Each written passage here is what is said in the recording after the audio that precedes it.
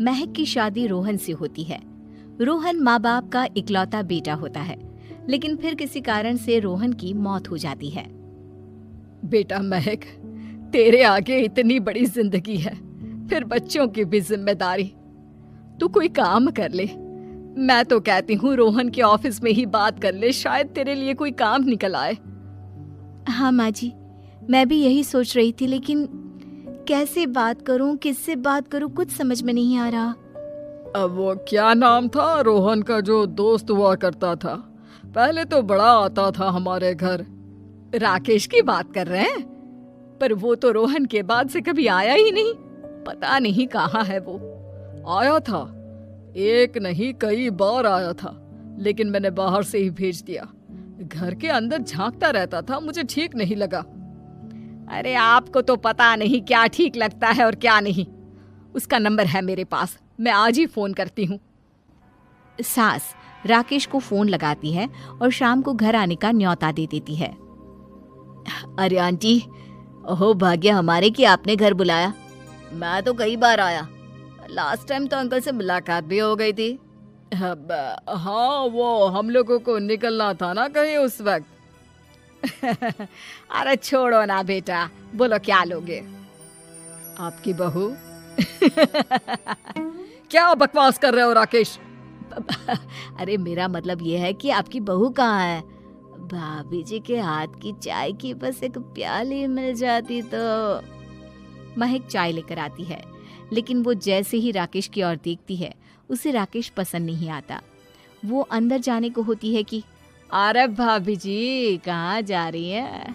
बैठिए तो सबके साथ। जी नहीं, बच्चों को खाना खिला रही हूँ, आप माँ जी से बात करें ना।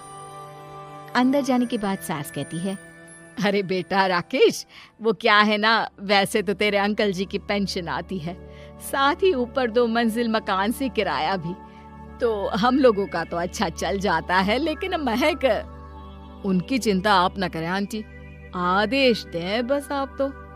देखो भाग्यवान, रहने दो, कोई बात नहीं, मैनेज हो जाएगा। अरे क्या मैनेज हो जाएगा अंकल, हमें भी बता दें। आप चुप रहिए जी। अब वो क्या है ना राकेश, तुझे तो पता है कि रोहन के 2 बच्चे हैं, उनकी पढ़ाई लिखाई का खर्चा बहुत है। हम ये चाह रहे थे कि रोहन के ऑफिस में महक को भी अगर कोई काम मिल जाता तो। क्यों नहीं आंटी जी, मैं हूं ना, मैं बात कर लेता हूँ। वैसे तो आप हाँ ही समझिए। महक भाभी को बोल देना कि कल तैयार रहें मेरे साथ ऑफिस चलने के लिए। मैं मालिकों से मिलवा दूंगा उन्हें। महक अंदर से सब सुन रही थी। अच्छा आंटी जी, तो चलता हूँ, कल आ जाऊंगा। अच्छा भाभी जी, तैयार रहिएगा कल। राकेश तो चला जाता है, लेकिन ससुर सास पर बरस पड़ते हैं। मुझे ये आदमी एक पैसे का पसंद नहीं है। तुम इसे बोल दो कि हमें कहीं नहीं करवानी बहू से कोई नौकरी। अरे क्यों नहीं करवानी? सारा पैसा मैं इसके बच्चे और इसी पर उड़ा दूंगी, तो मेरी बेटी को क्या दूंगी? जरूरत क्या है तुम्हारी बेटी को तुम्हारे पैसे की? अरे वो तो पहले ही बड़े पैसे वाले घर की बहू है। अपनी बहू की सोचो जो अब तुम्हारी बेटी जैसी है। बच्चे रोहन की आखिरी निशानी है। अरे अपना भाषण अपने पास रखो। सारा दिन घर पर बैठी रोटियां तोड़ेगी, तो काम करे ना कुछ बाहर जाकर। बहू सब सुन रही होती है। वो अगली सुबह बिना मन के तैयार तो हो जाती है, लेकिन जैसे ही राकेश आता है, क्या बात है भाभी जी, रेडी हैं? तो फिर चले डेट पर, मतलब इंटरव्यू पर। महक सामने आती है कि सामने ससुर जी खड़े होते हैं। हाँ महक बेटा, आओ चलते हैं, मैं भी चल रहा हूँ। ससुर को तैयार देखकर राकेश का चेहरा बन जाता है। अंकल जी, आप परेशान हो जाएंगे। अरे रहने दीजिए ना, धूप भी बहुत है। वैसे भी स्कूटर में तो 2 लोग ही बैठ सकते हैं ना। तो तुम चलो, मैं बहू के साथ अपनी कार से आ जाता हूँ। महक ससुर जी को देखकर खुश हो जाती है, उसे शांति हो जाती है। वो लोग रोहन के ऑफिस जाते हैं, जहाँ बॉस कहते हैं, नमस्ते अंकल। नमस्ते महक, कैसे हैं आप लोग? रोहन का सुनकर बहुत दुख हुआ अंकल। वैसे कैसे आना हुआ? बेटा, क्या हमारी बहू के लिए तुम्हारी ऑफिस में कोई काम मिल सकता है? हमने राकेश से इसी सिलसिले में तुमसे बात करने को कहा था। उसी के कहने पर हम दोनों तुमसे मिलने आए हैं।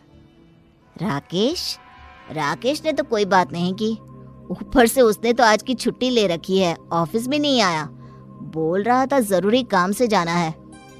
महक और ससुर एक दूसरे को देखने लगते हैं। वैसे महक क्या किया है आपने? आई मीन इंग्लिश कैसी है आपकी? महक बॉस से अपनी पढ़ाई लिखाई और क्वालिफिकेशन के बारे में सब कुछ बताती है। ग्रेट, आपके लिए काम तो है लेकिन ऑफिस में नहीं। सर मेरे बच्चे छोटे हैं, मैं फील्ड में काम नहीं कर सकती हूँ। मतलब वो काम घर से करना है, घर से रहकर बच्चे भी देखें और घर भी देखें, लेकिन हाँ काम जरूर से करें। वो काम डाटा एंट्री का है, तो जब भी वक्त मिले काम करें, और इसके हम आपको अच्छे पैसे भी देंगे। महक बॉस की बात सुनकर खुश हो जाती है, उन्हें थैंक्स बोलकर घर आ जाती है। किसके साथ भेज रही थी तुम महक को?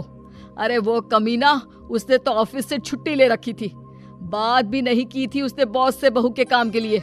वो तो अच्छा हुआ कि मैं साथ में चला गया। हाँ ठीक है, नौकरी मिल गई ना, इतना ही काफी है। समय बीतता है और एक दिन फिर दरवाजे पर दस्तक होती है। घर पर कोई नहीं था। महक दरवाजा खोलती है, देखती है तो सामने है राकेश। नमस्ते भाभी जी। नमस्ते, घर पर कोई नहीं है, आप कल आइएगा। अरे कैसी बात कर रही हैं भाभी जी, हम तो आपकी मदद के लिए आए हैं। वो क्या है ना, अंकल जी का फोन आया था कि आपको किसी मदद की जरूरत है। महक को आश्चर्य होता है कि उसके ससुर ने राकेश को फोन क्यों किया। वो ससुर जी को फोन करती है लेकिन फोन नहीं लगता। नहीं, हम लोगों को किसी भी चीज की जरूरत नहीं है, आप जा सकते हैं। अच्छा, एक कप चाय तो पिला दीजिए। महक चाय लेकर आती है। चाय पीने के बाद, रोहन मेरा बहुत अच्छा दोस्त था, उसने मुझसे कहा था कि वो रहे ना रहे उसके घर वालों का, खास करके आपका ख्याल मुझे ही रखना है, तो मैं कल फिर आऊंगा भाभी जी। नहीं, माता पिताजी है नहीं, वो 4-5 दिन बाद आएंगे, आप उन लोगों के आने के बाद ही आइएगा। मुझे ये सब ठीक नहीं लगता। अरे छोड़िए ना भाभी जी, लोगों का तो काम है कहना। मेरा मतलब है वो तो बोलते ही रहेंगे। आता हूँ मैं कल। महक को अब गुस्सा आ जाता है। हमेशा शांत और मधुर बोलने वाली महक पहली बार जिंदगी में फैसला लेती है, और फैसला होता है राकेश को सबक सिखाने का। बड़े बेशर्म हैं आप, किसने कहा आपको कि आप आए? अरे भैया, साफ साफ बोला ना कि नहीं जरूरत है किसी की मदद की, मैं अकेले सक्षम हूँ अपना घर संभालने के लिए। आज आखिरी बार बोल रही हूँ, इस घर की तरफ आंख उठाकर भी देखा ना तो देख लेना, वरना पुलिस के हवाले कर दूंगी। निकलो यहाँ से, या धक्के मार कर निकालूं। पुलिस का नाम सुनते ही राकेश वहां से 9-2-11 हो जाता है, और महक को अपने फैसले पर गर्व होता है।